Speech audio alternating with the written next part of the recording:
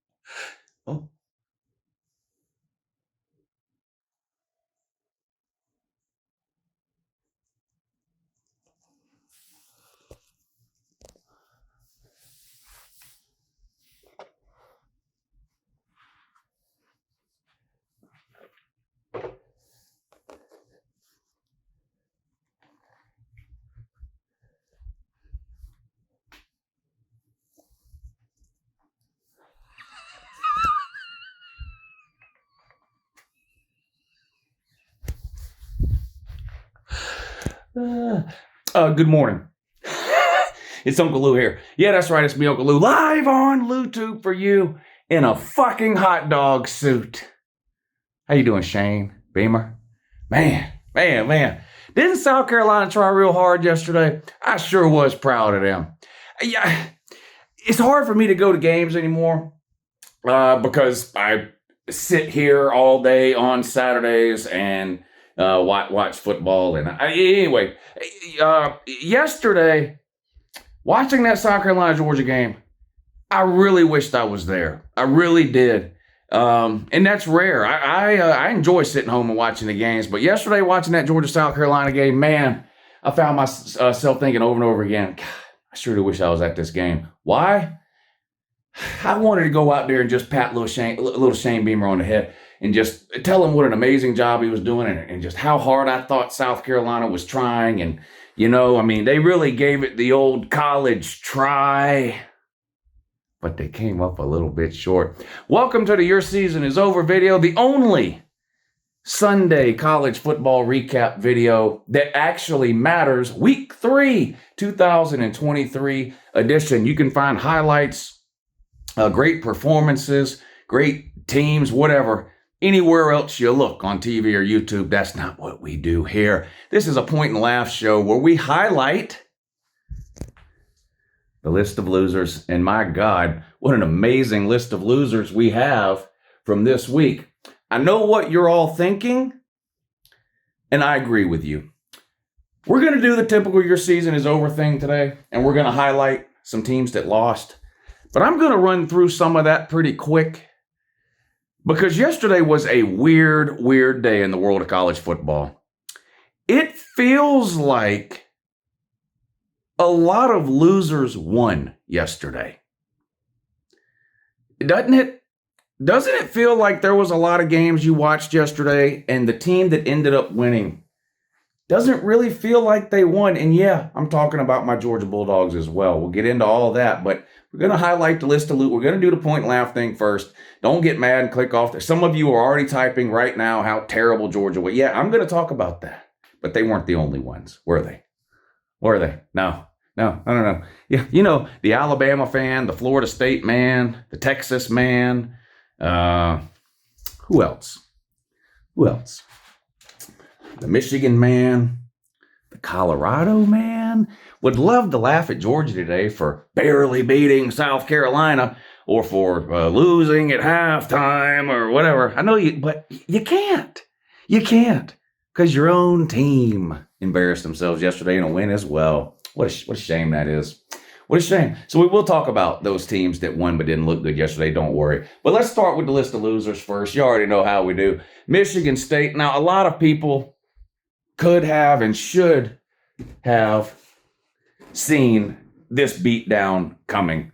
Number one, Michigan State is not a very good team. Number two, they're absolutely horrific against the pass and have been for now 3 straight seasons. Number three, huge distraction this week there leading up to the game with the suspension of head coach Mel Tucker. Number four, they were playing a red-hot Washington team with a quarterback in Michael Penix that this looks silly as absolute shit, don't it?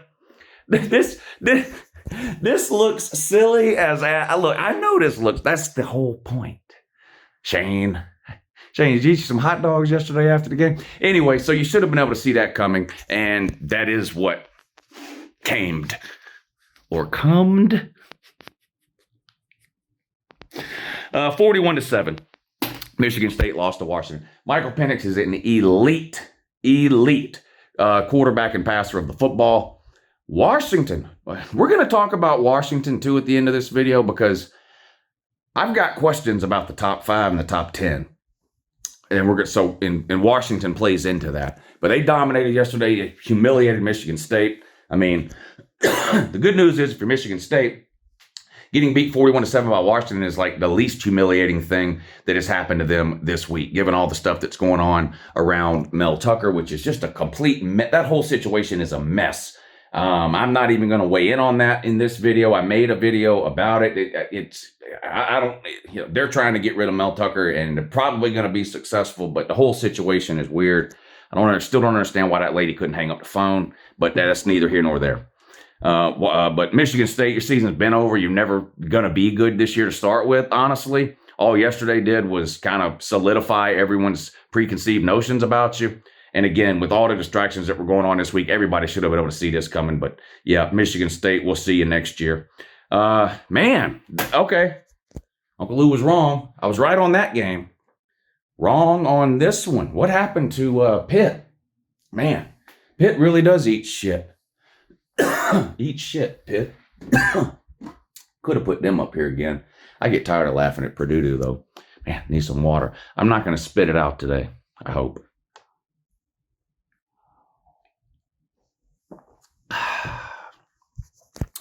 Maybe I should have seen this coming, too. Look, it's not that I thought Pitt was a good team. I didn't. I didn't understand the hype in the offseason. There was a lot of people, ACC people, too, who were picking Pitt to make the ACC title game. I didn't see it. I didn't think they would be very good. Last week, they lost as a favorite to Cincinnati.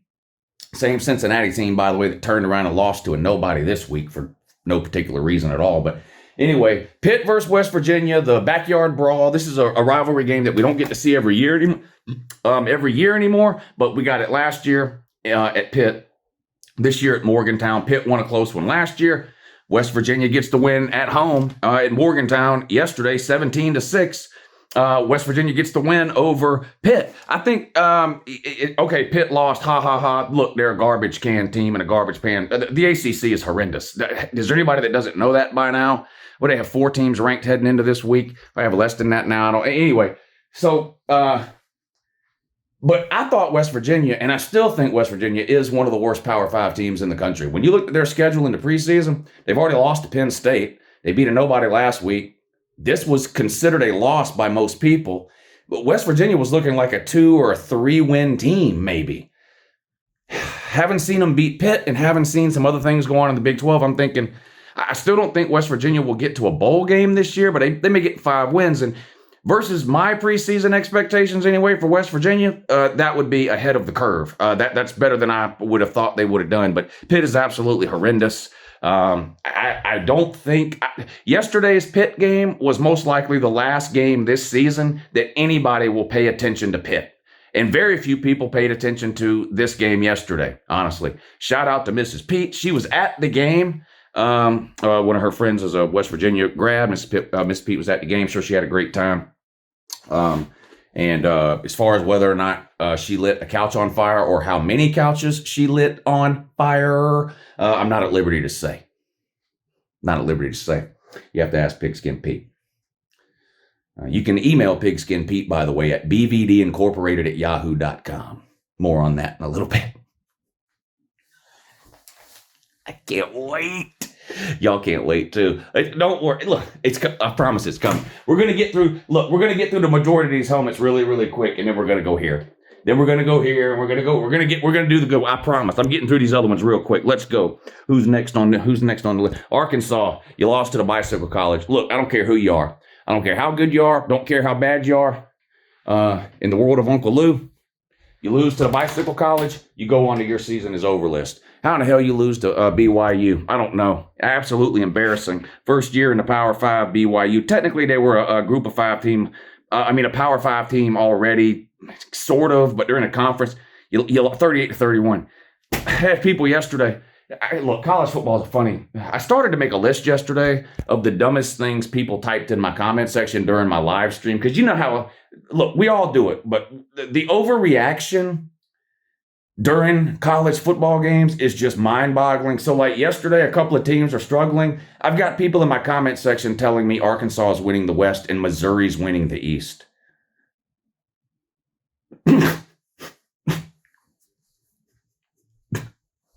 Lost to the bicycle college.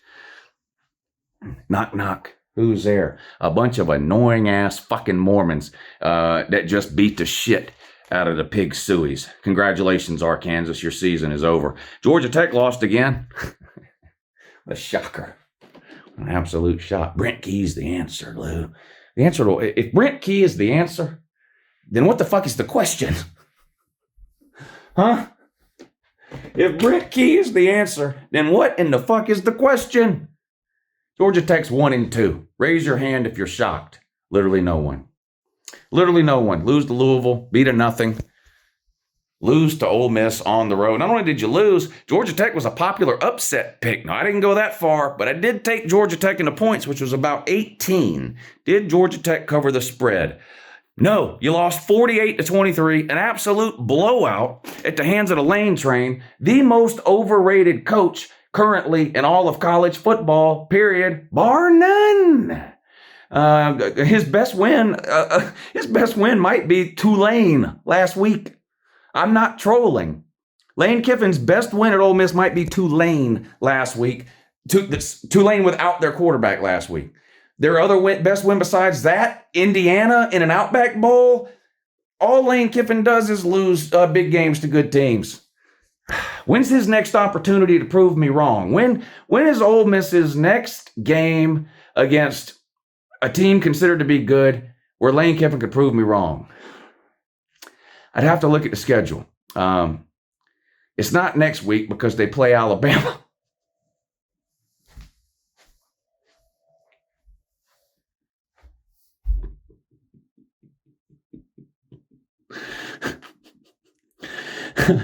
And we're talking about Lane Kiffin's inability to beat good teams. Not absolute piles of shit like Alabama.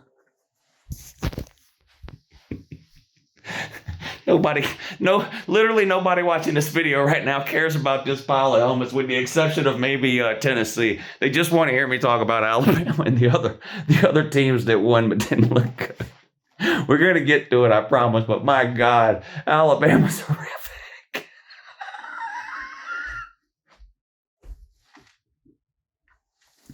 They played two different quarterbacks that combined for like a 35% completion percentage.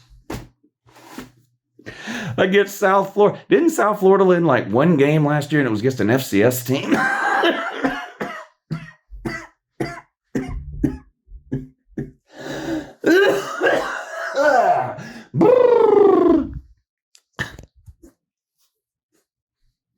That game was 3-3 in the fourth quarter. What are we talking about? What was I talking about? Georgia Tech? Y'all are terrible. Your season's over. Your season was over. Your season was over like 5 years ago. Vandy. No, I know. No one cares about Vandy. I do. Unfortunately, I'm an idiot. Yeah, a lot of you already knew that. Let's put Vandy back up here. Right next to Virginia. That sounds like a great place for Vandy. Right next to Virginia. As many of you know, I placed a bet in the offseason on Vanderbilt to win more than 3.5 games. That was their Vegas win total, 3.5. I needed Vandy to win 3 out of 4 in the non-con. I needed them to beat Hawaii. They did. I needed them to beat whatever podunk team they played. They did.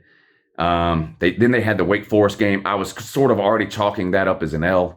And then I needed them to beat UNLV. That would have given Vandy 3 wins out of their 4 non-con games. And then they just would have needed to win 1 conference game. That's it.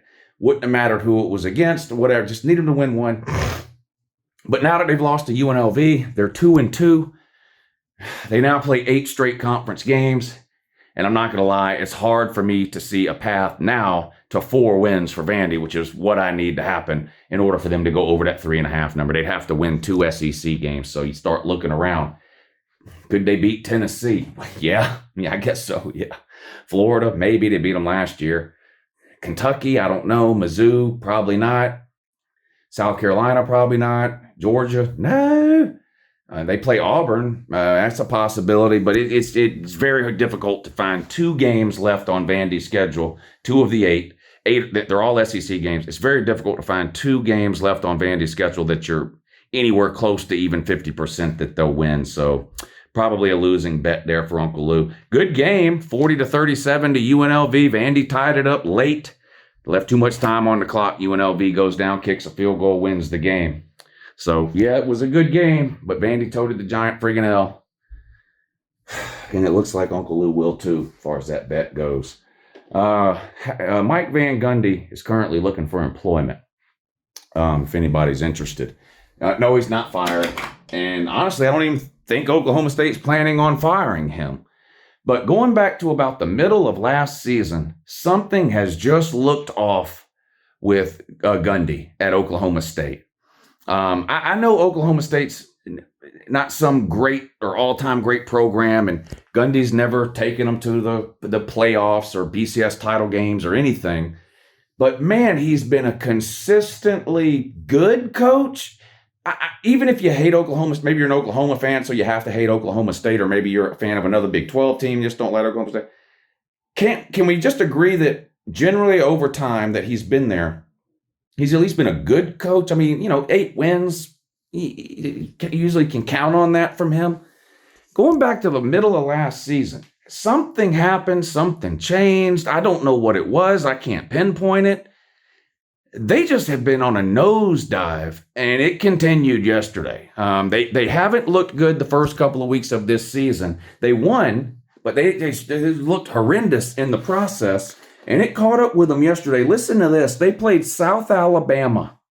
If you're ever looking at college football scores and you see something scroll by that says USA, that's South Alabama, University of South Alabama. Now, they're a decent group of 5 program. They get some good athletes down there. They've got no business beating any Power 5 team, though. They don't. Nor does any group of 5 team, honestly. You lost to South Alabama 33-7. That's a give-up game.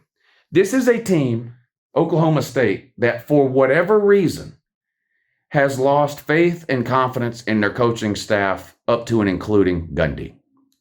And like I said, this can be traced back to around the middle of last season. I don't know what happened. I've got no idea. Maybe nothing happened. I don't know. But there's just a clear line of delineation at about the halfway point of last season. Prior to that, Gundy was considered a pretty good coach, and Oklahoma State was pretty decent. Hell, they played for the Big 12 title 2 years ago. From the halfway point of last season up till now is something unrecognizable to me in terms of an Oklahoma State-led Gundy team. It is bad, really bad. It got so bad last year, I openly questioned out loud, is someone interviewing him for another job? Like, that's what it felt like. It felt like he had one foot out the door of Oklahoma State. And I said, maybe Auburn? Because you remember at the time, Auburn had fired Harsin. And there was the Hugh Freeze rumors were there, but we didn't really know what direction Auburn was going to go, right? And I was like, I wonder if Auburn is in touch with Gundy. Like, something just seems off, like he's just not invested anymore at Oklahoma State. I don't know whether there was any contact between him and Auburn or not. Of course, Auburn went on to hire Hugh Freeze, and Gundy is still at Oklahoma State, but something is wrong there. They had a bunch of players transfer out at the end of last season, including a veteran quarterback, Spencer Sanders, which started a ton of games there. Again, no Heisman-level QB, but still an above-average college-level quarterback with a lot of experience, and he chooses to go sit on the bench at Ole Miss in his last season of eligibility instead of staying at Oak State. It was weird. It was just weird, and that's continuing this year. This is an embarrassing loss for Gundy here, 33-7 to South Alabama. And another great game yesterday, Kansas State. I was wrong on this one, too. People like to... I know you know I was wrong on this one. The way I know you know is because every single game that I end up picking wrong, I get 1 million people that show up in the comments of that prediction video and go, well, this guy don't know what he's talking about. this guy said Kansas State was going to beat Mizzou. I guess you've never seen a game. Yeah, if you pick a game wrong, especially against the spread, clearly you just don't know what you're doing, I guess. But I did take Kansas State to cover. Now, the spread was only 3.5, so this isn't a massive upset that Kansas State lost the game. But Missouri did win a record-setting field goal at the end of that game, too. 27-30, Missouri knocks off Kansas State. 61, 62-yard a field goal from their own side of the field. So I think it was a 61-yarder. The guy from Mizzou hit to win the game. The students rushed the field. It seemed a little silly to me. Yeah, it was an exciting ending, but you don't rush the field every time there's an exciting ending in college football. And it's Kansas State. I mean, they're a decent team, right? They were ranked 15th. They were undefeated. They won the Big 12 last year. I get all that, but it's not like you knocked off, a number one team, or I don't know. It didn't seem necessary to rush the field after that. But Missouri students, fans disagreed with Uncle Lou and went ahead and did it anyway. SEC be sending you a bill for $200,000 now, which is another stupid rule the SEC has. But anyway, Kansas State, your season is over. You lost yesterday. Your season is over as a metaphor. Do I still have to explain that? I guess I do. There's always a few new people around. The your season is over video clearly doesn't mean any of these teams' season are over. They're going to play another game next week, and the week after, and the week after, and the week after. And if you only have one loss, technically you're still alive for everything college football has to offer, right? If you're at 0 losses or 1 loss, you still have a chance to get into the playoffs. But come on, if you lose to Missouri, you're not making the playoffs. It's that friggin' simple, I believe. I was disappointed in Kansas State yesterday. Thought they would have won that game. They didn't. They still got plenty of tough games left. I still think they can compete for the Big 12, though. I mean, you tell me who's the second best team in the Big 12. Let's assume Texas. Is it Oklahoma? Are we headed for an Texas-Oklahoma rematch in the Big 12 title game? Maybe. Talk about that more in a minute. But Kansas State lost yesterday, therefore your season is over for the purposes of this video. Whoa. Not nearly enough cowbell here. Not nearly enough cowbell here. All right, I've pointed out everything I got wrong. That's another one I happen to get right this week. Probably the most popular upset pick of the week was Mississippi State knocking off LSU at home. And they were a significant underdog, between an 8 to 10 point favorite, depending on when you looked at that game. I didn't see it. Mississippi State, I didn't believe would be a good team heading into the season. Too much turnover in terms of philosophy, head coach, tragic situation with Mike Leach, going from an air raid, let's throw the ball 60 times a game, to more of a conventional pro-style ground and pound where you Will Levis 17 to 20 pass attempts a game now. I just thought it was too much of a philosophical change for Mississippi State to be successful in 1 year. Then last week they played an Arizona school and they beat them, but they only beat them by 1 score. And Mississippi State forced 5 turnovers. Do you know how hard it is to only beat a team by 1 score when you force 5 turnovers? In other words, that's how bad Mississippi State is. They forced 5 turnovers and still only beat an Arizona school by 1 touchdown the previous week. LSU, on the other hand, and I have been saying this since the minute the Florida State game ended, Florida State still, I don't think, is getting enough credit for their win over LSU. And they're getting a lot of credit. Don't worry. We're going to talk about Florida State in a minute, along with Georgia and Bama and everybody else that won but looked terrible yesterday. But anyway, I still don't think Florida State's getting enough win for that credit for that win over LSU. Because I said the minute that game ended, we need to be prepared to accept the possibility here that this isn't a situation where, oh my God, LSU's terrible, they got blown out. This is a situation where, oh my God, LSU's pretty good, yet look what Florida State did to them. In other words, that's how good Florida State is. And I still believe that. And LSU went into Starkville yesterday and went ahead and proved it. They put an absolute beat down on the Cowbells, 41-14. And this game was never competitive. This isn't the type of thing we've seen a lot of lately where some team sleeps during the first half and then turns it on in the second half. LSU dominated them from the word go. From the word go. It's never competitive.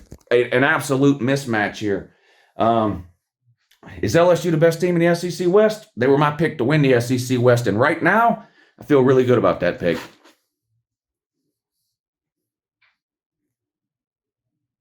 You're not a smart man. Mama said they were magic shoes. Mama said they were magic shoes. Okay. Damn Alabama. All right. Here you go. You waited long enough. What do you want first? Eeny, miny, miny, Mo, Ketcha, Danya, Bina, Baltard. No, Shamecock. Well, y'all tried hard. I am so proud of y'all. I am so proud of South. I cannot put into words how proud I am of South Carolina. They came into Athens, Georgia. They took on the number one ranked Georgia Bulldogs, the same Georgia Bulldogs who are coming off back-to-back national titles, the same Georgia Bulldogs who went 15-0 last year, the same Georgia Bulldogs who beat them last year like 48-7 or whatever it was. The same Georgia Bulldogs who have the longest winning streak in the country, the longest home winning streak in the country. They're something like, what are they, 32-1 in their last 33 games, whatever they are, just came in and just really gave it their all in the first half. In the first half.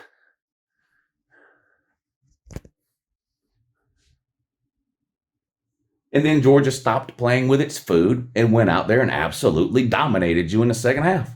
That's what happened. This was a weird game.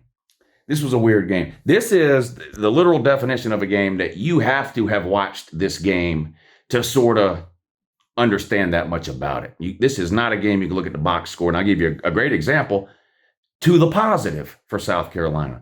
If you look at this box score, you're going to find that Spencer Rattler completed about 50% of his passes. That's absolutely terrible in today's college football. However, if you actually watched that game, you saw Spencer Rattler play an amazing game.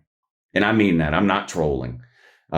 Spencer Rattler played one of the best games he's ever played. I know they beat Tennessee and Clemson there at the end of the year last year.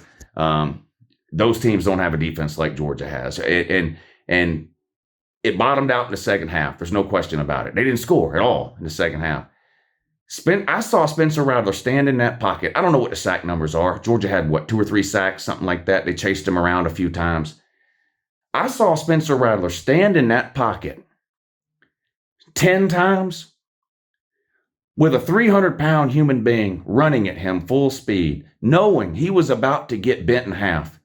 And I saw him stand in that pocket and throw dart after dart after dart. Some of them fell incomplete. Some of them were knocked down by a DB. It was something to see. He played out of his mind. Unfortunately, South Carolina's woes continue. They cannot run the ball to save their life. They cannot protect Spencer Rattler. We only had 2 or 3 sacks, but like I said, he was running around the entire game. Georgia did not play well for the 3rd week in a row. In the first half, they were losing at 14-3. We're going to talk about the Georgia aspect of this game in a minute, along with the other teams that looked bad. But South Carolina lost again. They're 1-2. It's funny to me that it happened the way it did. What happened at halftime? What possibly could have happened at halftime? South Carolina was just on fire, 14-3. I mean, Georgia couldn't score. South Carolina scored not once, but twice. I think that's the first time they've scored 2 touchdowns against Georgia since COVID in the same game. I mean, 14-3, things were looking great. South Carolina was riding high on the cock chicken. And then halftime happened. What in the hell could have possibly happened at halftime to explain the complete 180 that took place in the second half of that game? What could have happened at halftime?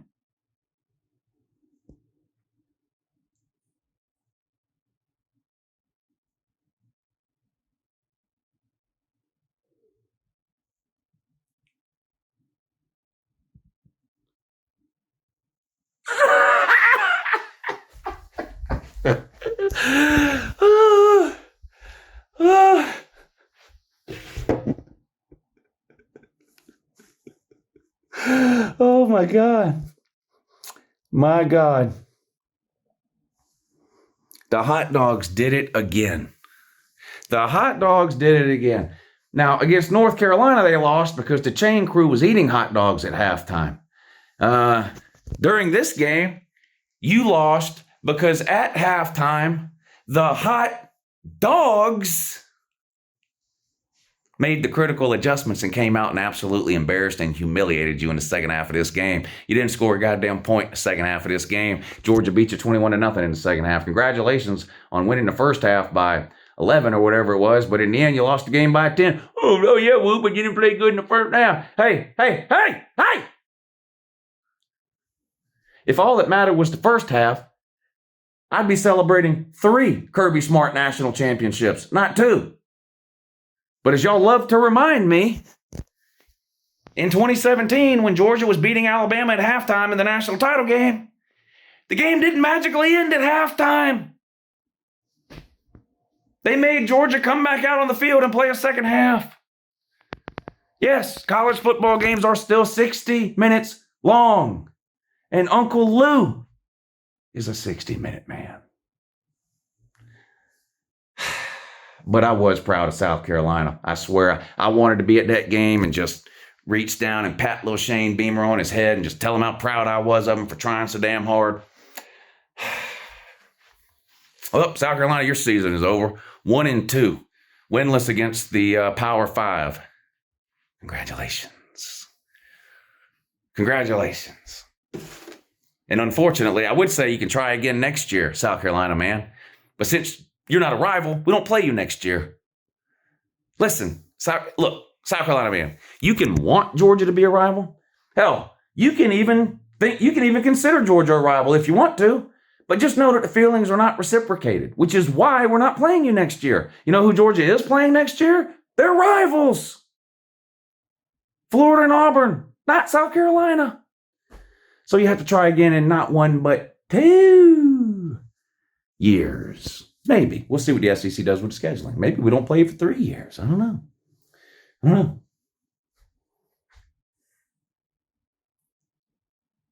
I hate South Carolina. I'll take a 1-point win. Type. I don't care if y'all type. Oh boy. What in the absolute hell happened here? You know what it is? That gimmicky offense that Uncle Lou's been telling you about for a year and a half now. You didn't want to hear it. Not a gimmick, Woo. Not a gimmick. It was 100% a gimmick. It was 100% a gimmick. And guess what? That gimmick ain't gimmicking no mo. You didn't just lose to Florida. You got blown out, beat down, mollywopped, curb stomped, monkey stomped, gorilla drug. I mean, my God.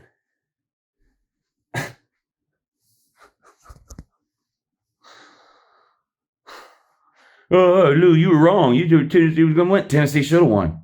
100% should have won the game. Florida's not any good. This isn't a situation where Florida has figured something out. Florida's not good. And you went down there and got embarrassed. Joe Milton played bad. The offensive line played bad. You didn't run the ball. Lord knows you couldn't stop the run.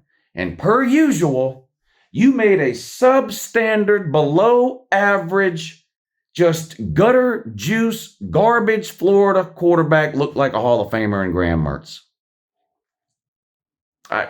Embarrassing loss. Absolutely embarrassing. No hot dogs for you. But you know what goes good with hot dog, though? Mustard. Mustard sure does go good with hot dogs. Hate to do it to you. I hate to do it to you. But honestly, you did it to yourself. A one-hit wonder. Congratulations. You're you know what Tennessee is? Tennessee is the Wish version. They're the dollar store version. They're the Big Lots version. You're the Dollar General version of TCU. You know, at least once every decade when TCU had a good fluke season last year, they make the national title game. Your fluke season, you can't even win the division last year. And now, what do? You revert back to the mean, right back to where you were before. An absolute terrible team and program with coaching issues, with talent issues, with scheme issues, with defensive issues. Just not a good team. I gave you the benefit of the doubt all off season. You can't say this. I've just been riding Tennessee and all he ever does is no, not this time. Not this time. I gave y'all the benefit of the doubt all off season long. Picked you to beat Florida. Picked you to go 10-2. I didn't pick you to win the East, but I picked you to go 10-2 with losses to Georgia and Bama. I think 8 wins is looking iffy now, ain't it? And that is not a successful season. That an 8-win season for Tennessee can only be viewed as a disappointment in 2023. So no, last year was not some sort of benchmark season for Tennessee. Last year was not some sort of year where Tennessee turned the corner, turned the page, figured it out. None of that. It was an absolute fluke and joke of a season where you went 10-2, didn't win your division, didn't win your conference, and got blown out on the road by a terrible South Carolina team and a damn good Georgia team. And now you revert back to the mean. You are who you have been for the last 15 years. The only difference between last season and anything Butch Jones ever did is 1 regular season win. That's about it. 1 or 2 regular season wins. There's no difference. There's no difference. You kept the same defensive coordinator even when Uncle Lou told you not to. Your defense is terrible. I told you the offense was not going to be as good as last year. I bought in, but I told you, I said the difference is going to have to be made up on the defensive side of the ball. Y'all told me it would. And you lied to me. You lied.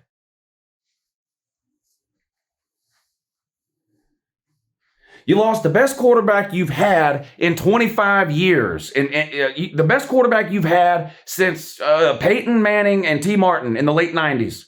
You lost him, Hendon Hooker. You lost a Biletnikoff Award-winning wide receiver in Jalen Hyatt. You also lost Cedric Tillman. So you lost Hendon Hooker and your 2 top wide receivers. And I told you the offense is not going to be as good. It'll put up good numbers. It's a Josh Heupel system, whatever. But you're going to have to find a way to make up the difference defensively because you are not replicating Hendon Hooker, Jalen Wyatt, and Cedric Tillman with Overthrow Joe and somebody named fucking Squirrel. And guess what? You're not.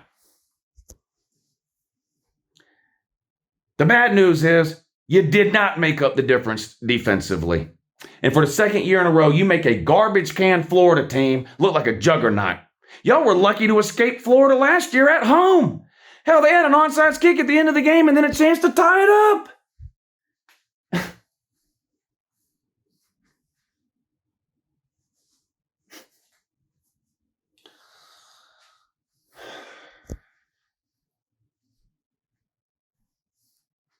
You're going to lose to Bama. You're going to lose to Texas A&M. You're going to lose to Georgia. And you're in serious contention to lose 1 additional game just to name your game deal, an out of the blue one. But this could, 7-5 is 100% a possibility for Tennessee in 2023. And that will be an absolute disaster of a season. Considering what you did last year, the hype around it, the talk that y'all did, just an absolute failure of a season. I don't see how it can be saved. They were already talking about benching Joe Milton and playing Nico. If y'all start Nico, you better make sure, if you're a Tennessee fan and you're running around saying that Joe Milton should be benched and Nico should be the starter, you better be 100% sure that you are comfortable with balling this season up and throwing it in the trash can. Okay? I don't see any possible benefit to Nico starting for Tennessee this year other than experience gained, which may potentially help you next year. Nico is not coming in and starting for Tennessee this year and winning a game for Tennessee that otherwise you would have lost. In other words, if Nico plays yesterday against Florida, it's not like you beat Florida if Nico plays. Okay? You want to play a true freshman, a guy who weighs 190 pounds, It's a terrible idea. You're more likely to ruin him permanently by playing him, starting him this year, than you are having some sort of miraculous turnaround. I don't know. Are there Tennessee fans out there who are?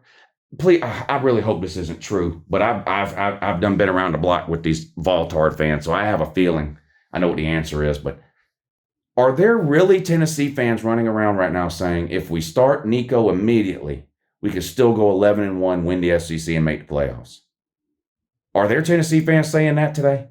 Holy shit, if they are. Holy shit, if they are. I'm not telling you Joe Milton is an amazing quarterback. He's got some issues, clearly. Clearly. He's not your sole issue. There are other issues you should be extremely concerned about that aren't named Joe Milton. Nico, I'm about to leave you. Yeah, you put him this year, he might be about to leave you at a game of football forever. Tennessee, your season is over. And I don't mean that in the metaphorical way that we talk about in this video. I mean it literally. Your season is over. Thank you. Thank you. You had an amazing 3-week season. It's over. You're losing 4 or 5 games. Now, normally, that's an amazing year for Tennessee. But because of last year, because of the hype, because of Josh Heupel, because y'all believe in the fucking shovel load of shit you've been spoon-fed, that's an absolute failure of a season. Your season is over. Over. Believe it or not, this is going to be hard to believe after what I saw yesterday, for the most part. But believe it or not, there are some teams that won yesterday and looked good doing it. I know that's hard to believe. There are some teams that won yesterday and looked good doing it. Clemson. Look, do I think Clemson is... Look, I'm going to be honest. I think Clemson is the same team today that they were when they played Duke. I truly do. I don't think they've gotten a million times better. They've just played FCS teams for 2 weeks in a row. They played Charleston Southern last week, played FIU or FAU or whatever, FAU yesterday, beat them 48-14. Clemson looked good against a high school team. Okay? I don't think Clemson... I don't think Clemson is an example of some team that lost in week 1 and now in week 3 or 4, they're like a million times better. And probably find that out this week because they played Florida State. But that being said, when they play good, you can't just shit on them for no reason. They played good yesterday against FAU. Oregon looked good again, 55-10 over Hawaii. LSU looked good, absolutely rolled Mississippi State. And look, I don't know if I'm going to end up being right about LSU, but I know a lot of people that are already wrong. A lot of people watched that LSU-Florida State game and went, well, LSU's no good. 7-5, fire Brian Kelly. Ain't no good. Finishing 5th in the West. LSU is probably the best team in the SEC West. Probably the best team in the SEC West. They had a good win yesterday on the road at Mississippi State. Penn State, mixed bag for Penn State. Now, on the good side, they get a road win in conference at Illinois, which is a well-coached team. Now, talent-wise, they're not in the same universe as Penn State, right? And Drew Allar, I thought this was his worst game. Now, maybe that was to be expected, right? He had a couple of home games. That's one thing. Now you go on the road. Like, that's a totally different animal there. He wasn't a disaster. I didn't see anything from Drew Allar that makes me go, uh-oh. Penn State's going back to 9-3, or here we go again, saying this is Sean Clifford all over again. No. I still think he's way better than Sean Clifford. I still think Penn State is an elite team. Their defense, let me tell you something about, look, there's a lot of people that, look, a lot of people that watch my channel are SEC people, and that's fine. I'm pro SEC as well, okay?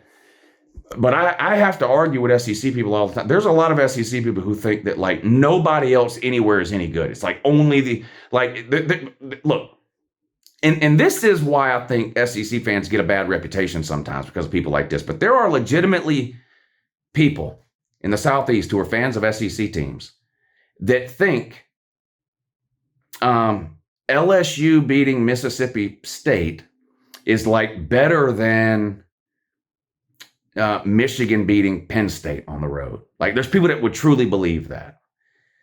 There are some legitimately good teams in the Big Ten, and Penn State is one of them. And their defense is unreal. They had 4 or 5 takeaways yesterday, whatever it was. Their defense is lights out. People should watch out for Penn State. By people, I mean Michigan and Ohio State. Penn State looks really, really good. And although, like I said, there are you can find some things with Drew Allar yesterday. Like I'll admit it was his worst game. I still believe in Drew Allar. I still think he's a massive upgrade over Sean Clifford. Their running game is no joke, and their defense is suffocating. Suffocating. Missouri. Good win for Missouri. Missouri was a giant question mark heading into this season, weren't they? Brought in some transfer QBs, but back to blame Brady Cook. Lost their best receiver from last year, Dominic Levitt, but Luther Burden looks like he might be one of the best 5 receivers in the country. He's a sophomore now, right? Played for them last year as a true freshman and was good and has really, really broke out this year. And they beat a good Kansas State team. Is Kansas, are they great? No, it's not a great Kansas State team, but they won the Big 12 last year. They were undefeated this year. They were ranked 15. And Mizzou went blow for blow with them. And there was every opportunity in this game for Missouri to sort of roll over and die. They didn't do it. They kept punching back, kept punching back, tied that thing up, and won it. On, like I said, a 61-yard field. That's a good win for Missouri. It's not a blowout win, but an unranked Missouri beats a top 15 ranked Kansas State. That's a good win for Mizzou. Notre Dame had a good win, 41-17 over Central Michigan. Now, I've seen this win a million times by a million different teams, right? These are the types of scores you see every time a Georgia or somebody like that plays a Central Michigan, a Ball State, a UT Martin, an Austin P, whatever. So nothing bad about it, right? Nothing overly like, oh my God about it, except for the fact that they're playing Ohio State next week. And a lot of people took Central Michigan in the points in this game. A lot of people. They expected this to be maybe a little bit closer of a game. Notre Dame came out and 41-17, no worries, easy day at the office. Go back home, dust off, get ready for a massive, this is going to be the biggest Notre Dame home game in a long time. I think this is bigger than the home game Georgia played there in 2017, I think. I don't know. Notre Dame fans, tell me how you feel about it. We'll see. I don't know. Notre Dame fans thought so much about that Georgia game, they sold all their tickets to Georgia fans. Let's see if they do that this time with Ohio State. Let's see if they sell all their tickets to Ohio State fans. This is a massive, massive game next week at Notre Dame with Ohio State versus Notre Dame. Speaking of Ohio State, 63-10 over Western Kentucky. Another situation where no one expected Ohio State to lose, but a lot of people took Western Kentucky in the points because Ohio State has that big game looming next week with Notre Dame. So, look, as a college football fan, this is exactly what I wanted. I wanted Notre Dame to come out and handle their business and win with no major injuries. I wanted Ohio State to come out and handle their business and win with no major injuries. And I want to see these two big boys of college football face off next Saturday night, and that's exactly what we're going to see. Ohio State at Notre Dame next week, both undefeated. Both will be in the top 10 at least. One may be in the top 5. You can probably make an argument to put both of them in the top 5. We're going to talk more about that in a second, too. But Notre Dame and Ohio State both looked good. Who else? Oklahoma, 66-17 over Tulsa. Hopefully these Oklahoma fans who want to bench Dylan Gabriel and put in Jackson Arnold and they're disappointed in the offense and they're mad. I don't understand Oklahoma fans. Y'all were absolutely horrendous last year. You gave up 30 points every time you rolled the football out onto the field, and you had a hard time scoring. This year, you're beating everyone easily. I still don't understand Oklahoma fans complaining about beating SMU last week 28-11. What are you complaining about? Oklahoma looks good, and that was another good win. I know it's Tulsa, but again, this is how you're supposed to beat teams like Tulsa. And that's what they did. Duke wins easily again, 38-14 over Northwestern. You say what you want, but that's a Power 5 win. North Carolina, same thing, 31-13 over Minnesota. Duke and North Carolina are pretty good teams. They're pretty good teams. Duke, North Carolina, Miami, Florida State, Clemson. 2 of those 5 are headed to the ACC title game. Your guess is as good as mine. And Washington just continues to roll. We talked about that already, destroying Michigan State. All right, I'm going to get to the bad wins. I'm going to talk about the bad wins. Your Georgias, your Florida States, your Alabamas. Let's go. Georgia, 24-14 over South Carolina. Georgia was a 26.5-point favorite and didn't even score 26 points. 24-14. First half, comedy of errors for Georgia. They had some good drives. They only punted once, Georgia did in the first half. They get the ball, they go down the field, they kick a field goal, bog down in the red zone, kick a field goal. Get the ball, go down the field, bog down in the red zone, miss a field goal. Next possession, punt, fourth possession of the first half, you get the ball with a minute to go, clock runs out on you. First of all, you got to make the field goals. Second of all, if you score in the red zone, you don't have to worry about the field goals. Now, that's a pipe dream. The reality is, I don't care how good of a team you are, how good of an offense you have, how good of a red zone efficiency is, whatever, you still need a field goal that can make 25-yard field goals. Bad. Horrifically bad. He's missed 3 field goals. Georgia's got a new field goal kicker this year. Through 3 games, he's missed 3 field goals. I've seen enough.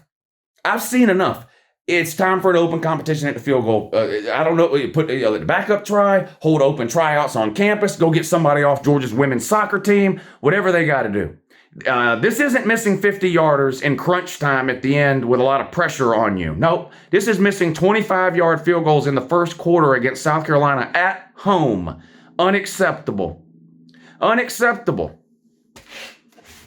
As far as the offense goes, quit putting the field goal kicker on there. Score a damn touchdown. Score a touchdown. The numbers are good. This is why look, I mentioned this with Spencer Rattler. You can't look at the box score and see the true story of this game. If you look at the box score, you wouldn't think Spencer Rattler had that good of a game. He had a great game. I talked about that already. If you looked at the box score, you'd think Georgia offensively played well. 29 first downs, almost 500 yards. The best running game of the season. Dejon Edwards went over 100 yards running the ball. Like, if you just looked at the stat line, you'd be like, Georgia probably won easily. Something is off with the offense. Now, the easy, lazy, casual thing to do is to blame Mike Bobo. I'm not saying Mike Bobo is without blame, but look, I'm honest with you guys as I can be. There's 2 things some of you would say there's a million things, but there are 2 things in particular in college football that I am so far away from being an expert on, it's not even funny. Number 1, recruiting.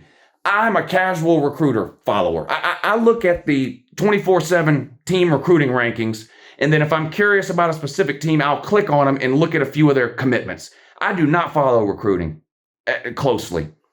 The other thing I'm extremely ignorant on, honestly, is some of the detailed X's and O's stuff, okay? I'll admit it. I played football through high school. That doesn't make me some sort of offensive or defensive X's and O's expert. Now, I can look at a defense and tell if it's in a 3-4, a 4-3, a nickel, a dime. I know what 2 deep is. I know what 3 deep is. I know what single high safety. I know all that. So I have a basic level of understanding, okay? I don't know enough about offensive scheming and play calling, maybe because I never played offense, maybe because I'm just an idiot, I don't know, to be able to watch really and go, yeah, this is clearly, I don't understand why Mike Bobo called this play here when he clearly should have called that play. Now, I'm like every other college football idiot that when it's 3rd and 13, I'm like, why the fuck are we running it up the middle? But look, I watch a ton of college football every Saturday. Every single team runs the ball at the middle on 3rd and 13, okay? There are certain situations where you go, you know what? We're not passing the ball here. We're going to run. If we happen to break a run and get a first down, great. If not, we're just going to punt it back to them. So I just have a base level of knowledge about that kind of thing, okay? Am I 100% satisfied with Mike Bobo? No. I still don't understand why we have chosen Carson Beck as our starter, but we're not really utilizing him as a pocket passer. It's a lot of one-step drop, hitch pass. One-step drop, swing pass. One-step drop, tunnel screen. 70% of the passes are out of behind the line of scrimmage. However, I've got to admit, like I said, I watch a lot of college football. Every single team in the country is doing that. I don't know where this cancer of hitch passes originated from. Like I said, I'm an X's and O's idiot. I'm sure there's a logical explanation. I just don't know what it is. Extension of the run game, get your playmakers the ball in space, all that. The thing is, none of those seem like new ideas to me. I've heard those things for years. Over the last couple of years in college football, the snap the ball and throw it immediately 2 yards behind the line of scrimmage has become a plague, and Georgia is infected with it right now. Now, if you've got a quarterback who doesn't have an ideal arm, and maybe he's a scrambler or something, okay. But I don't understand the thought process of saying, okay, we've got 3 quarterbacks, let's choose one. One's a prototypical pocket passer. He's not very athletic. He can get us a couple of first downs, 5-6 yard gain type of deals, and a little slippery in the pocket. The second guy is big, tall, can throw the ball 80 yards, and is more athletic and bigger and stronger than Carson Beck. Can't read the defense quite as well. Has 1 year less experience in the system. The third guy, 2 years less experience in the system, smaller, not as good of an arm as the other two, but he's the most athletic and the most mobile. I don't understand how you look at those 3 QBs. You choose option A, the prototypical pocket passer, but like very few downfield passing plays where Carson Beck has a 3 or a 5-step drop, sits in the pocket, goes through his progressions and fires a 25-yard dart over the middle to somebody. Very few. Very few. Now, like I said, the reason I'm not all over Bobo about this is because I am not a genius on saying, well, they're doing that because South Carolina is playing this type of defense, so they're having to run these type of plays. I don't get that involved in the detail of the game, okay? Just like I don't study stats. My opinions are not based on stats or whatever. I watch a bunch of football and I draw a bunch of conclusions. Sometimes they're right, sometimes they're wrong. Breaking news, same as anybody else. Sometimes they're right, sometimes they're wrong. So I don't know. It is a little concerning to me that Carson Beck looks like a first-year player, not just a first-year starter. He looks like a first-year player. To me, that is a problem. This is a guy that's been in Athens for 4 years. It's his 4th year there. I know it's his first year starting, but he's been there for 4 years. He's played in a lot of games. He played half the national title game. He gets in the game, and if you didn't know who that was and that he'd been in Athens on that team for 4 years, you would think, he looks like a true freshman. I don't know. Something's off with the offense. The slow starts in the first half, missed field goals. And what made it especially bad for Georgia this week is that the defense let us down in the first half. Look, Georgia's been great over the last 2 years, but even in those 2 years, there's been a lot of games where I was mad at the offense, where I felt like the offense didn't play well. But I could always rely on the defense, always. And that's been the case this year up until this game. This defense got worked like a part-time job in the first half. That tunnel screen that South Carolina scored, I don't remember if it was their first or second touchdown. It was 8-10 yards out, whatever it was. They threw a little tunnel screen to a wide receiver. I saw Georgia players diving on the ground at shadows when the player was 3 yards past them already. It was bad. It was really bad.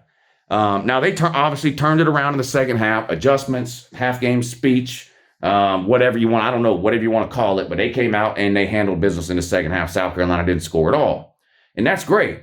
If you would have done that in both halves, instead of Georgia winning 24-14 and getting clowned for a week about it, which is going to happen and they deserve it, you're looking at 42-0. If you just do in the first half what you did in the second half, you're looking at 42-0. Or forget that. Let's say South Carolina does score those 2 touchdowns in the first half. Okay, if Georgia scores touchdowns on their 2 trips in the red zone instead of scoring 1 field goal on their 2 trips in the red zone, then it's 14-14 at halftime.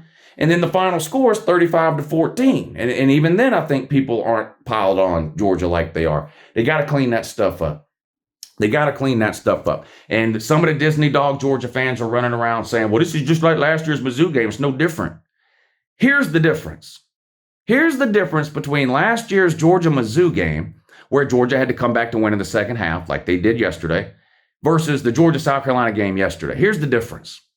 That Georgia-Missouri game last year was in week 8 or 9, whatever it was, late in the year. Okay? By that point in the year, we had seen Georgia beat a top 15 Oregon team 49-3. We had seen Georgia beat South Carolina 48-6. We had seen Georgia destroy Kentucky, Mizzou, Florida. Had we played Florida yet? Anyway, the point is we had seen Georgia before the Mizzou game last year. We had seen Georgia in multiple games come out and absolutely dominate from start to finish and look like the best team in the country doing it multiple times. This year, when we have that come from behind game like Mizzou last year, it's in week 3. It's the first Power 5 opponent we've played. And we saw a lot of the same problems and issues in this game that we've seen in every other game Georgia has played this year. So we don't have the dominant game to fall back on as in terms of being comfortable with Georgia that we did last year. That Missouri game didn't worry me one bit last year. I'm not trolling. During the game, I was worried. I thought we were going to lose. But I mean, after that game, I didn't look at the Mizzou game and then go, oh man, Georgia will be lucky to win another game. No, because I knew what Georgia was capable of doing. Because when that Missouri game was played, I had seen Georgia just absolutely annihilate people for 4 quarters. I had seen it multiple times. Georgia hasn't played a single game this season like they're the number 1 team in the country. They've played a couple of quarters here and there. They played a couple of halves here and there. They have not put together a game, not one, where they look like the best team in the country. Then those same people will say, well, it's only week 3. I know it's only week 3, which is why you can't use the Missouri example to excuse what happened against South Carolina. So that's my thoughts on Georgia. Do I think they're going 8-4? No, they're probably going 12-0. Look, this is another thing that's going on with Georgia. Georgia is constantly being compared to last year's Georgia team and the year before. And when people watch Georgia, they watch Georgia through the lens of that number 1 that's next to their name. And they go, this doesn't look like a number 1 team. And we're going to talk about that in a minute. Who does look like the number 1 team? We're going to talk about that in a second. So that's the other, but look at Georgia's schedule. So they play UAB this week. Are they going to lose to UAB? No. They play on the road at Auburn. Other than that game being in Auburn, Auburn is horrific. I mean, they barely beat Cal. Georgia should go in there and win that game, right? Don't you think? Is there anybody that wants to bet on that? Like, I don't think you would bet that Auburn beats Georgia. And again, I'm not trolling or trash talking. Maybe you do think Auburn wins the game. Vandy? No. Kentucky? No. Have you seen Tennessee and Florida play? No. Who? Missouri? No. I mean, like, which of those teams are going to beat Georgia? So the issue with Georgia, and this is how I look at it too, is not, oh man, this means we're going to lose to Vandy. It's, oh no, who's going to make it to the SEC title game? Because this Georgia team I've seen so far isn't playing like I thought they would be playing. What if Georgia wins the SEC title game and makes it to the playoffs? Are they as good as Notre Dame? Are they as good as Florida State, Texas, Michigan, Ohio State, whatever the top 10 teams are? That's how people look at Georgia through that lens, right? Almost any other team in the SEC that beats South Carolina 24-14 is not going to get criticized. It's just a fact. If Missouri beats South Carolina 24-14, they'll rush the field again. If Kentucky beats South Carolina 24-14, people will say Kentucky played a good game. If Tennessee beats South Carolina 24-14, people will say, wow, that's a big difference from last year when South Carolina put 63 on them and beat them. But if Georgia beats them 24-14, it's a problem. And I get it. I agree it's a problem. I'm not excusing it. I agree. Georgia did not look good and hasn't looked good for an entire game all year. There you go. Enough on that. Florida State, you want to talk about, some people saying Georgia should have lost that game. Florida State should have lost. You can't say Georgia should have lost the game. Georgia played a bad first half. They absolutely dominated in the second half. Florida State played a bad first half, bad second half. Had it not been for Boston College having 17 penalties for like 100 and something yards, Boston College 100% beats Florida State yesterday. And Boston College is horrific. They are probably the worst or second worst team in the ACC. Virginia's bad. They're bad. And Boston College is bad. And Virginia Tech's bad. And Wake Forest is bad. But other than that, and Georgia Tech's bad. Okay. Half the teams in the ACC are complete garbage. But the point is, Boston College is in that pile somewhere. They're terrible. And they looked like the better team. Keon Coleman, did he have 0 catches? Or like 1? Where did he go? This guy looked like the best receiver in the country the first 2 weeks. Boston College shut his ass down. Boy, Florida State is lucky they escaped that game. And to the Florida State fans, and to the Texas fans, and Miami is not included on this list. They didn't play yesterday, but I'll say this to the Miami fans too. Basically, all these fan bases whose team have one good win in the first 3 weeks of the season, whose teams have not been good in a long time, Florida State, Miami, Texas. And these fans are running around legitimately thinking they're going 100-0, I had somebody tell me yesterday Miami would be a 14-point favorite over Georgia. You are out of your fucking mind. And we saw some games yesterday that were reminders of that. Florida State was one of them. Escaped. Because here's the problem. If you're Florida State, if you lose that game yesterday, every game you play is a playoff game from that point on. It doesn't matter that you beat LSU. If you lose to Boston College, the LSU win doesn't matter. Because you're now in a win or go home mode for the rest of the year, with games still coming against Clemson, Miami, whatever. Do you play North Carolina? Do you play Duke? So, I mean, so that's the thing. Now, that's not to say that Florida State can't beat a Miami, can't beat a Clemson, can't beat a Duke, can't beat a North Carolina. But what I am saying is, thank God you can afford to lose one of those games, right? And still make the playoff if you're a 12-1 ACC champ. Had you lost this game yesterday to Boston College, that would not have been the case. And that's my point. Florida State can lose to anybody they play. Anybody. Florida State is not some team that has been dominating for a decade. They've been in the toilet for 8 years, 7 years. Okay? That was a great win they had over LSU. You better start showing up to play, or the next Boston College you play is liable to beat you.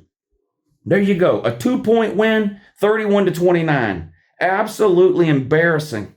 0 catches for Keon Coleman, 18 penalties for Boston College. The single and only reason Florida State won that game. Alabama 17-3 against Central Florida.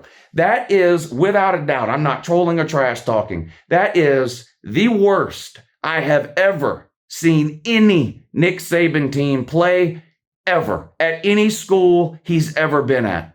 LSU, Michigan State, where the fuck was he at before that? Wherever he was at before that. I've never seen an Alabama team look that discombobulated, that disinterested, that just disarray. It was an absolute train wreck of a game from start to finish. There wasn't a single half. There wasn't a single quarter. There was nothing that even remotely resembled a Nick Saban coached team in that game against a horrific South Florida team that won one game last year against an FCS opponent, I believe. Played both the dud quarterbacks. Jalen Mildew, of course, didn't start. Look, these Alabama fans, I don't know if this is true or not, so I'm just going to tell you what I'm hearing about it, okay? It leaks out that Jalen Milrow's not going to start. Tyler Buckner's going to start. The fans are ecstatic. Thank God. We knew Mildew was no good. Meanwhile, they spent 2 weeks telling us he was winning the Heisman, but they forget about that, right? They don't remember that. They're glad he's benched. Buckner's playing. Great. Buckner comes out. This guy can't complete a pass. 5 of 15 or something, completed 30% of his passes for like less than 100 yards. He gets benched. They put Ty Simpson in. He's not any better. He completes 50% of his passes, also for under 100 yards. Just garbage. Minute the game ends, what do I start hearing from Alabama fans? Oh, you got to have Jalen Milrow back. And I heard that he mouthed off to the coaching staff this week and was benched. He didn't get benched because of his performance on the field. He got benched for running his mouth to the coaches. He'll be back next week starting. I don't know if any of that is true. I don't know if he mouthed off to the coaches. I don't know if they benched him because of it. I don't know if he is playing next week. If he is playing next week, is it because he mouthed off to the coaches and so was just basically suspended this game? And it was always the plan to just keep him out this game? Or is none of that true?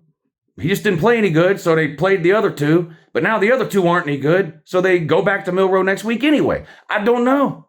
I don't know that it matters. I could not believe what I was seeing. We do a lot of trash talking and joking and trolling here, so no matter, even when I'm being serious, it's hard to tell. I'm being dead serious. I could not believe what I was seeing. There's almost no words to describe it. A 17-3 fluke. This game was so much closer than that. This game was 3-3 in the fourth quarter. I don't care about no rain delay. I don't care about a weather delay. I don't care that the ball was wet. I don't none of that.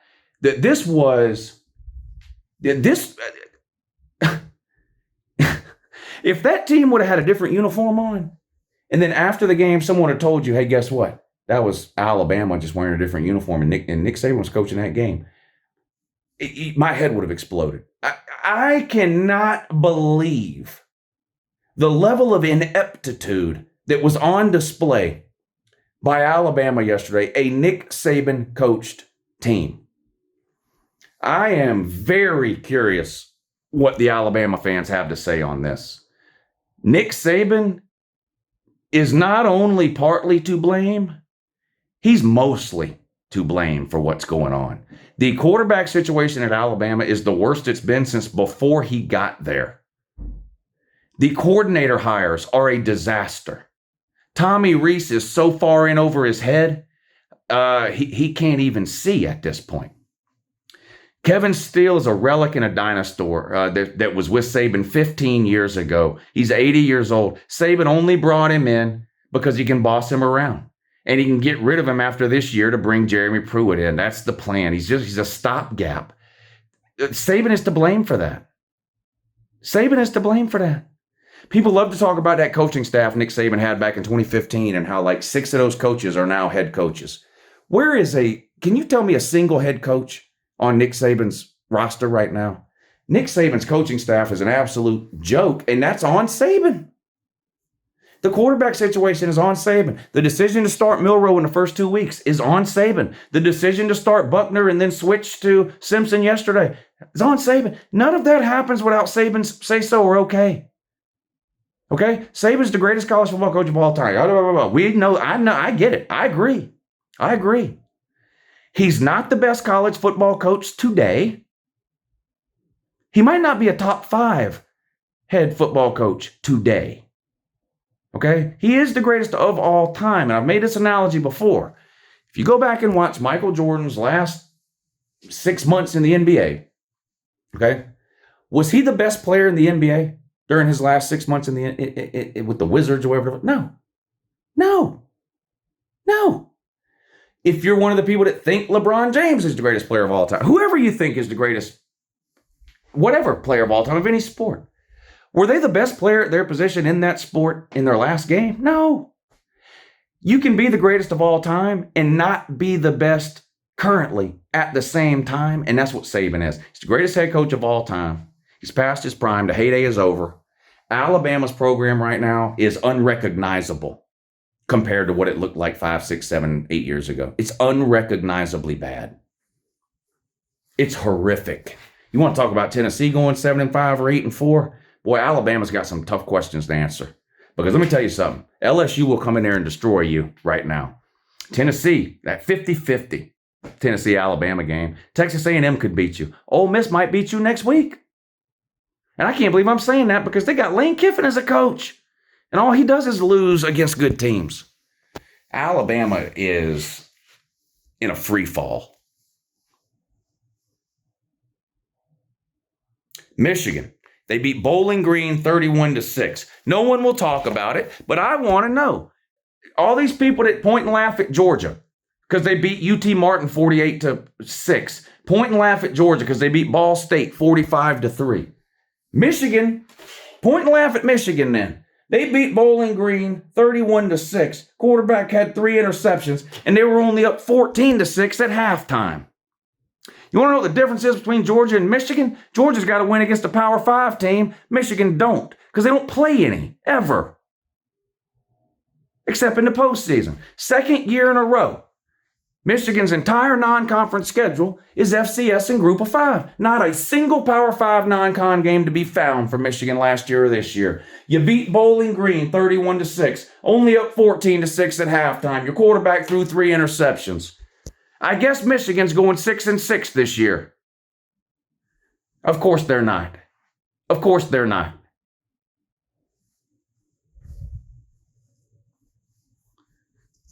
But they look bad, I guess. That's what y'all tell me. Texas, Jesus. 31-10 over Wyoming. Whoopity-doo. 10-10 in the fourth quarter. Texas, you want to talk about Georgia scoring 21 points in the second half to beat South Carolina, a Power 5 team, by the way, by 10?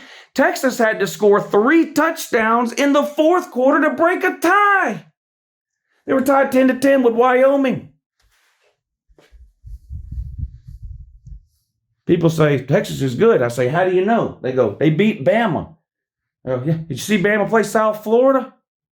Who's good? Who's not good? Who's bad? Who's kind of bad? Who's really good? Tell me. Tell me. This was my top 10 last week. Georgia, Michigan, Florida State, Penn State, Texas. All right, let's go through the list. Didn't look good. Georgia, Michigan, didn't look good. Florida State, didn't look good. Penn State, people telling me Drew Law's terrible after they only beat Illinois, whatever it was, 31-13, whatever the score was. Texas, tied with Wyoming. Wyoming, 10-10 in the fourth quarter. So what? All of these teams should be unranked? Because they didn't blow somebody out 100-0? What do you want me to do? I got Southern Cal 6. They didn't play this week. Should we move them up to number 1? Ohio State. Holy shit. They beat Indiana by 20 points. Throw a parade. Throw a parade. Notre Dame. Wow. A service academy, an FCS team, an NC State, and a directional school yesterday. I guess they're the best team on the planet. Oregon? They had to come from behind to beat Texas Tech, who lost to the same Wyoming team that Texas just barely beat. Washington? They beat a team with no head coach. Michigan State, the worst pass defense in the country. Me and any 4 people commenting right now could throw for 400 yards on Michigan State. None of these top 10 teams are any good. They're all garbage. According to the comment section, if you don't win 100-0, you're not any good. LSU got blown out in week 1. Who else isn't any? Alabama? Really? Alabama got blown out by Texas.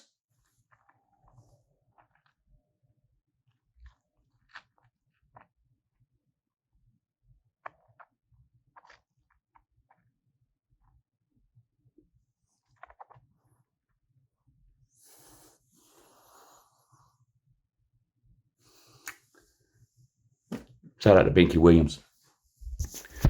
Who else?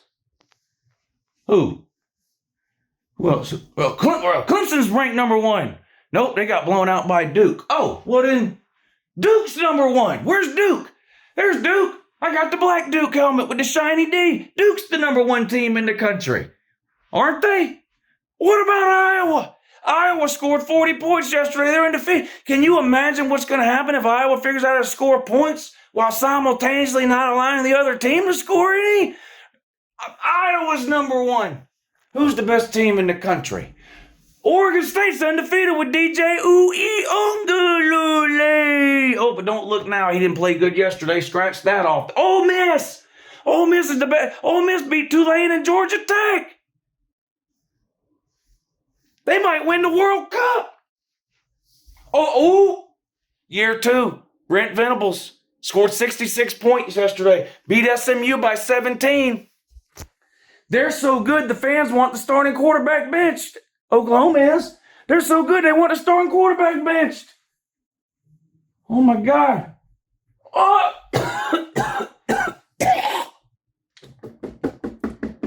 The Miami Ducks. The Miami Ducks. They beat Texas A&M by whatever they beat them by. 14. Same Texas A&M team that went 5-7 last year. Miami's had one 10-win season in the last 20 years. They've been in the ACC for 20 years. They've never won it. They're the number 1 team.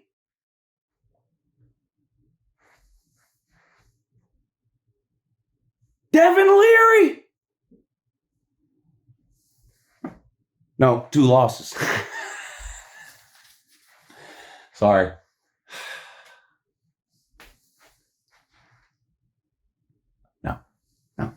I don't know who the best team in the country is. I don't. Might be Notre Dame.